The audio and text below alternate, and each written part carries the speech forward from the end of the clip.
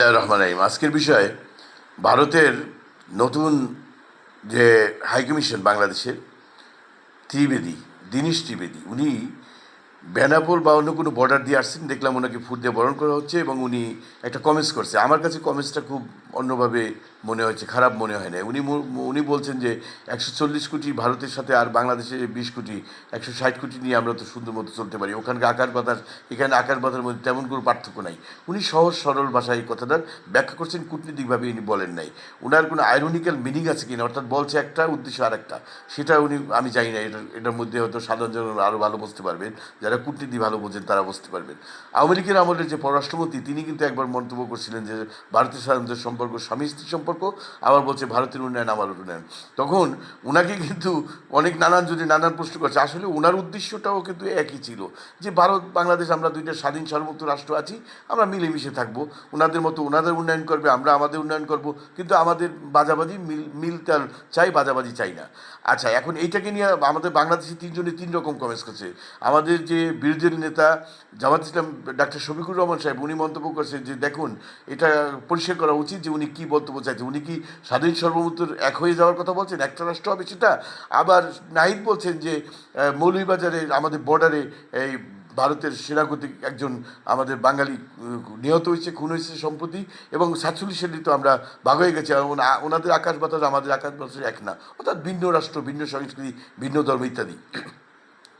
কিন্তু বাংলাদেশের যে আমাদের যে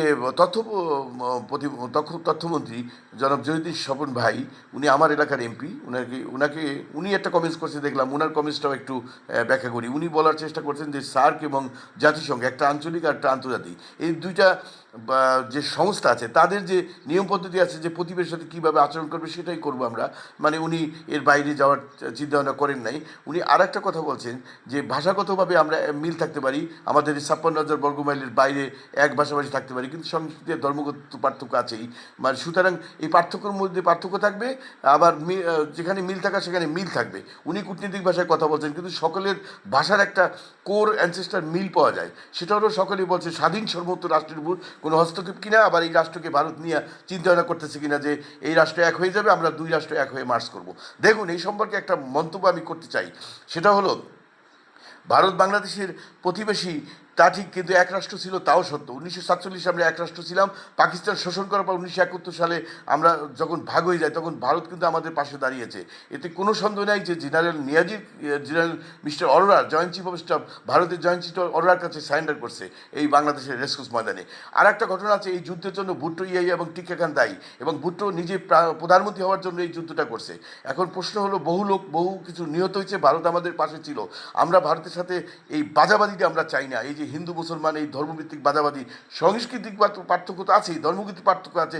তারা হিন্দু ধর্ম, আমরা মুসলিম ধর্ম, তাদের প্র্যাকটিস আমাদের প্র্যাকটিসটা এক না। কিন্তু তারপরেও তো আমরা অ্যানসেস্টার কোর হিসাবে আমরা একই জাতি। যদি আমাদের রুট খোঁজা হয় তাহলে দেখা যাবে এক।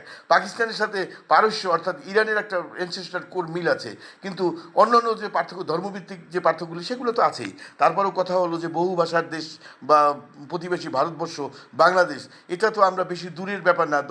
মুখ থেকে কুলি ফেললে ভারতে যায়, ভারত থেকে এখানে আসে। সুতরাং নানান বিষয়ে আমরা এক হয়ে আমরা এই দুই রাষ্ট্রকে ভিন্নভাবে আমরা ডেভেলপ করতে পারি। আমরা এই হিন্দু মুসলমান বাজাবাজি চাই না। 1933 সালে কলকাতায় মেয়র তো এই শেরেবাংলাকে, ফজলুল্লাহকে তো কলকাতার হিন্দুরাই মেয়র বানাইছে। আবার সেখানে মাওলানা আবুল কালাম আজাদ তো আনডিবেটেড বাংলাদেশের ভারতবর্ষের চিন্তাভাবনা করছে। এটা তো আমরা সবসময় বলি যে মহাত্মা গান্ধী, নেতাজি সুভাষ বসুর মতো রাষ্ট্রনায়ক যদি ভারতে থাকতো তাহলে এই উল্টাপাল্টা হতো না। যাই হোক, সর্বশেষ যেটা আমরা ভারতের কাছে বর্তমান Indian prime minister, honourable prime minister Narendra Modi সাহেবের কাছে আহ্বান জানাবো, প্লিজ দয়া করে আপনি ডিভাইডেড করেন না। ন্যাশনের সাথে বাজাবাজি করার দরকার নেই। ধর্মভিত্তিক রাষ্ট্র হিসাবে যেটা করার চিন্তাভাবনা করছেন, যে এই রাষ্ট্র হবে ধর্মভিত্তিক, অন্য ধর্মকে টলারেন্সি নাই, এটা কিন্তু আপনাদের ধর্মের যে গুরু আছে স্বামী বিবেকানন্দ, তিনি কিন্তু 1893 সালে শিকাগো কনফারেন্সে স্পষ্ট বলেছে যে রিনাউন্সিং ফ্যানাটিসিজম, ধর্মের মধ্যে কুসংস্কার, অন্ধত্ববাদ, এই ঠাকুর এবং এই যে যে ব্যাপারগুলি, অর্থাৎ এই যে উচ্চবর্ণের হিন্দুরা নিম্নবর্ণের অত্যাচার, এগুলোর বিরুদ্ধে তিনি কথা বলছেন। আপনারা এগুলো ভালো করে ঘাটাঘাটি করেন। আমরা ভারত বাংলাদেশ আমরা বাজাবাজি চাই না, আমরা প্রতিবেশী একটা ভালো রাষ্ট্র চাই, যে রাষ্ট্রের সাথে রাষ্ট্রের সম্পর্ক থাকবে।